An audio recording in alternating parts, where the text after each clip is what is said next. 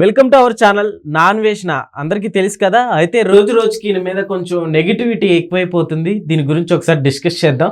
ప్రస్తుతం మనతోటి సినీ క్రిటిక్ దాసరి విజ్ఞాన్ ఉన్నారు. Hi sir. నమస్తే. నాన్ వేషణ ఉన్నారు కదా, రీసెంట్గా బెట్టింగ్ యాప్స్ గురించి అందరి గురించి బయటికి తీసుకొచ్చారు.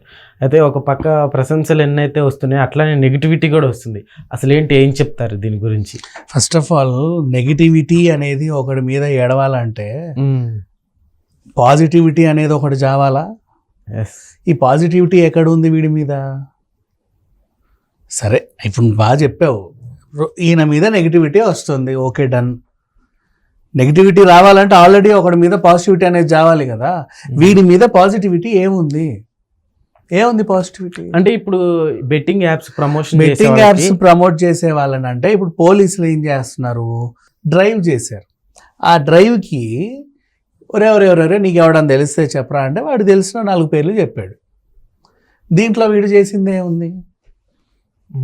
సరే, వీడు ఏదో చేశాడే అనుకుందాం.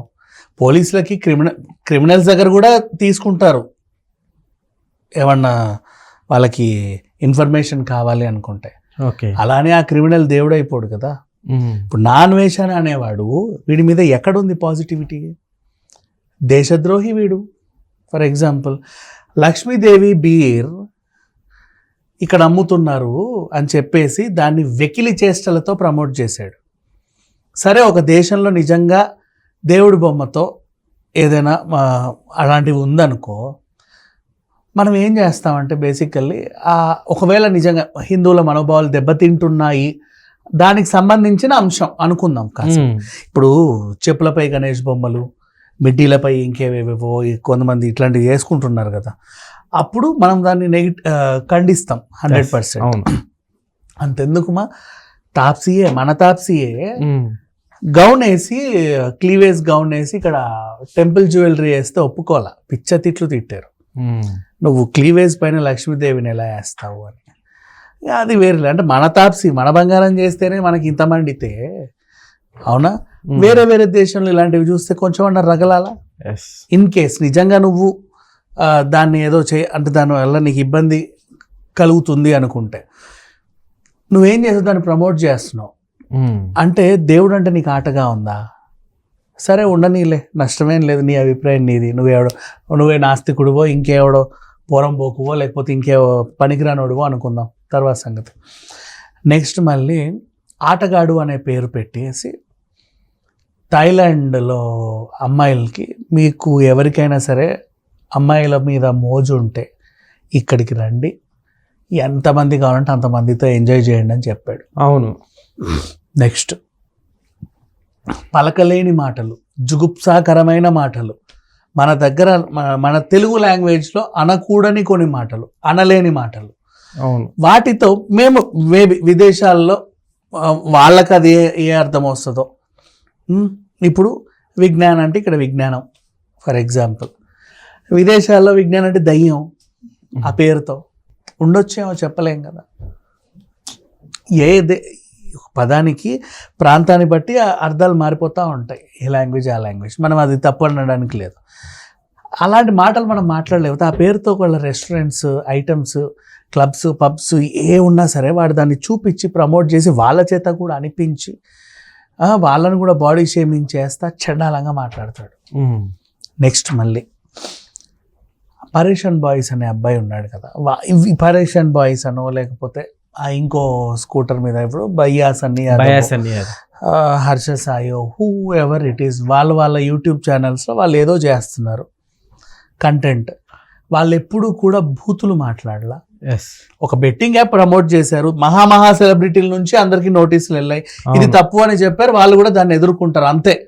దాన్ని చేసినంత వీళ్ళేం రాక్షసులు కాదు, అవునా కదా? సో ఇది తప్పు అని తెలిస్తే వాళ్ళు ఇంకా చేయరు, అంతవరకు ఓకే మనకి. వీళ్ళందరూ కంటెంట్ చూడండి ఒకసారి, ఎప్పుడైనా ఎవరి కంటెంట్లో అయినా చెడు ఉందా? ఎక్కడా లేదు, నిజంగా లేదు. చెడు కంటెంట్ ఎవరు ఇవ్వలేదు, ఎక్కడా లేదు. హర్ష సాయి అనే అబ్బాయి ఉన్నవి లేనివి ఎంతో కొంత ఆయన దగ్గర ఉన్నవి 4కి 4 రూపాయలు పంచుకుంటా తిరుగుతున్నాడు. అభయ్య సన్నీ యాదవ్ ఆయన ఆ బార్డర్కి ఈ బార్డర్కి వెళ్ళి బైక్ మీద తిరిగి ఎవరు చూడలేని ప్రదేశాలు చూపిస్తున్నాడు, ఎలా వెళ్ళాలో కూడా చెప్తున్నాడు. నెక్స్ట్ ఈ అబ్బాయి ఎవరు, ఇంకో పరేషాన్ బాయ్స్, తను కూడా తన కంటెంట్ తనకు ఉంది. వీడేం చేస్తున్నాడు, ఏ ఏ దేశాల్లో బూత్ ఉందో, ఏ ఏ దేశాల్లో చెడు ఉందో అక్కడి దాకా వెళ్ళి మరీ ఆ దరిద్రాన్ని వెలికి తీసి మనకు చూపిస్తున్నాడు. పోనీ నువ్వు ఆ దేశాన్ని అందాలు ఏమైనా చూపిస్తున్నావు? Nothing like that, nothing. సరే అది నీ కంటెంట్ అంటే నువ్వు ఒక నీచం. వీళ్ళందరితో పోలిస్తే నువ్వు నీచం. నువ్వే నీచం అంటే నీ ఫాలోవర్స్ ఇంకెలా ఉంటారు, వాళ్ళు ఇంకెంత దారుణంగా ఉంటారు. ఇప్పుడు వాళ్ళ గురించి మాట్లాడుకోవాల్సి వస్తుంది. ఒరే వీడిని ఎలా ఫాలో అవుతున్నారా మీరు అని. మీరు ఇంకెట్లాంటి వాళ్ళు, వాడికి తల్లికి గౌరవం ఇవ్వడం తెలియదు. అవును, వాళ్ళ అమ్మని ఒక మాట అన్నాడు. నేను ఇప్పటి వరకు చాలా ఇంటర్వ్యూలో చెప్పా కానీ ఎప్పుడు ఆ పదం కూడా మాట్లాడలే. ఎందుకంటే అలా మాట్లాడడానికి కూడా మనకి నోరు రావట్లా. అలాంటిది వాళ్ళ అమ్మని పట్టుకొని ఒక మాట అన్నాడు. ఆ అబ్బాయిని పట్టుకొని పాకిస్తానీ అన్నాడు. నీకేమైనా రుజువు ఉందా? మరి ఎలా నువ్వు ఎలిగేషన్ పాస్ చేస్తావు? అవును. నెక్స్ట్ సరే, ఇప్పుడు వాళ్ళ అమ్మ ఏదో ఒకటి, అది ఆవిడ పర్సనల్, వాట్ ఎవర్ అంటే ఆవిడ అదే అని కాదు చెప్పడం. అసలు నిజంగా అలాంటి వాళ్ళైనా సరే అది వాళ్ళ పర్సనల్స్, ఎవరైనా సరే. నువ్వెవడరా వచ్చి మాట్లాడడానికి? నీకేం అధికారం ఉందని, నీకేం హక్కు ఉందని మాట్లాడతావు? వాళ్ళ జీవితాలను తవ్వి తీయాల్సిన అవసరం నీకేంటి? నిన్నెవడడిగాడు? నీకేం తెలుసు అని మాట్లాడుతున్నావు. నెక్స్ట్ చదివిస్తే ఉన్నమతి పోయిందని తెలుసు మనకి, తిరిగితే కూడా ఉన్నమతి పోయిందని వీడిని చూస్తే తెలిసింది. తిరిగి అండ్ మళ్ళీ ఇంకేం చేశాడు వీడు? ఒకటి కాదు రెండు కాదు, వీడు నోరు తెరిస్తే బూతు, నోరు మూస్తే బూతు. సో హర్ష సాయి మీద ఎలిగేషన్ పాస్ చేశాడు. ఏమన్నాడు అంటే, ఇదేంటి అబ్బాయి 60 లక్షలకి నాకు ఇట్లా బెట్టింగ్ యాప్స్లో వచ్చాయని ఒక ఇంటర్వ్యూలో చెప్పుకున్నాడు.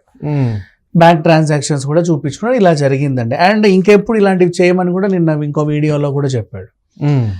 ఆయనకి ఇలా రావట్లేదు, కష్టపడి సంపాదించినాడు ఎవ్వడు కూడా డబ్బు దానం చేయడు అని ఒక ఎలిగేషన్ చెప్పాడు. మళ్ళీ అంటే రతన్ టాటా వేస్టా? కష్టపడి సంపాదించినాడు ఎవడు కూడా ₹1 దానం చేయడు అనే పదం వీడు చెప్పాడు ఇప్పుడు. రతన్ టాటా తన అసలు అందరికంటే అపర కుబేరుడు, కానీ అతని ఆదాయంలో ఇంత % చారిటీకే. అండ్ ఇప్పుడున్న స్వచ్ఛంద సంస్థలు, NGOలు, ట్రస్టులు ఇవన్నీ కూడా ఫేకా ఏమైనా? పోనీ వాట్ ఎవర్, అది చెప్పదలుచుకున్నావా నువ్వు?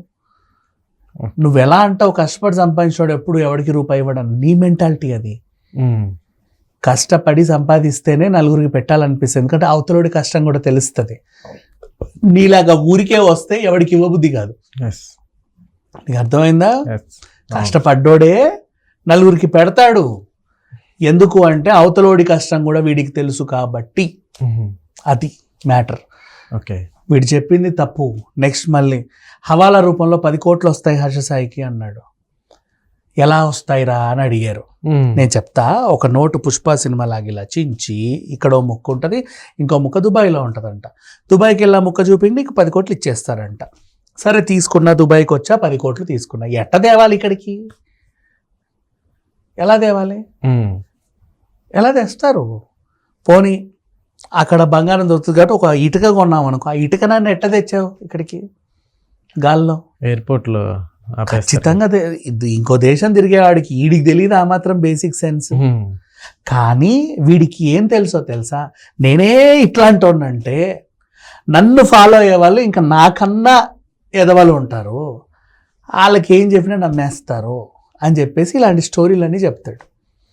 వాడు డబ్బులు కాదు కాబట్టి అందరికీ తీసుకొని పంచుతున్నాడు అన్నావు. ఓకే, పంచుతున్నాడు. డబ్బులు పంచడం అయితే కనబడుతుందిగా, వాడేం తినట్లేదుగా. ఎక్కడి నుంచో వచ్చింది, పోనీ పంచుతున్నాడుగా, మరి అది మాట్లాడుకోవట్లే. అండ్ నెక్స్ట్ నా దగ్గర నుంచి దోచాడు అని ఎవడన్నా కంప్లైంట్స్ ఇచ్చాడా? లేదు. Then how can you pass an allegation if you don't know about the person? అది. Okay sir, thank you.